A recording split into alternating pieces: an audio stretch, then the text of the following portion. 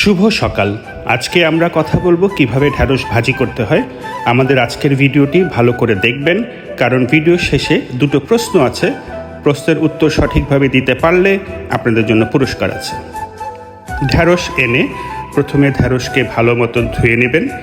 ধোয়ার পরে একে বিছিয়ে রাখবেন তাকে শুকানোর জন্য। ঢ্যাঁড়সকে কেন বিছিয়ে রাখতে হয় এ ব্যাপারে আমরা জানতে চেয়েছিলাম আমাদের মুরব্বি শেফ এর কাছে, যে কেন এভাবে ঢ্যাঁড়সকে বিছিয়ে শুকানো লাগবে। ঢ্যাঁড়স ধোয়ার পরে না শুকাইলে কি হয়? ভিজে ভিজে থাকে। আর যদি বিজল বিজল থাকে তাহলে কি হবে রান্নার পরে? একটু থাকে পিছলে পিছলে আর কি। আচ্ছা, তাহলে ধোয়ার পরে শুকানোটা ভালো, তাই তো?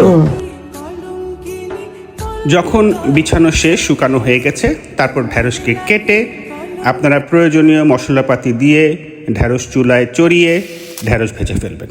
এই হচ্ছে ঢ্যাঁড়স ভাজির প্রণালী। আপনাদেরকে অসংখ্য ধন্যবাদ। এখন ধাঁধা হচ্ছে, এই প্রক্রিয়ায় এবার বৈঠকখানা কতটি ঢ্যাঁড়স কেটেছিল এবং মুরব্বি শেফ যে বললেন বিজল, বিজল শব্দের অর্থ কী?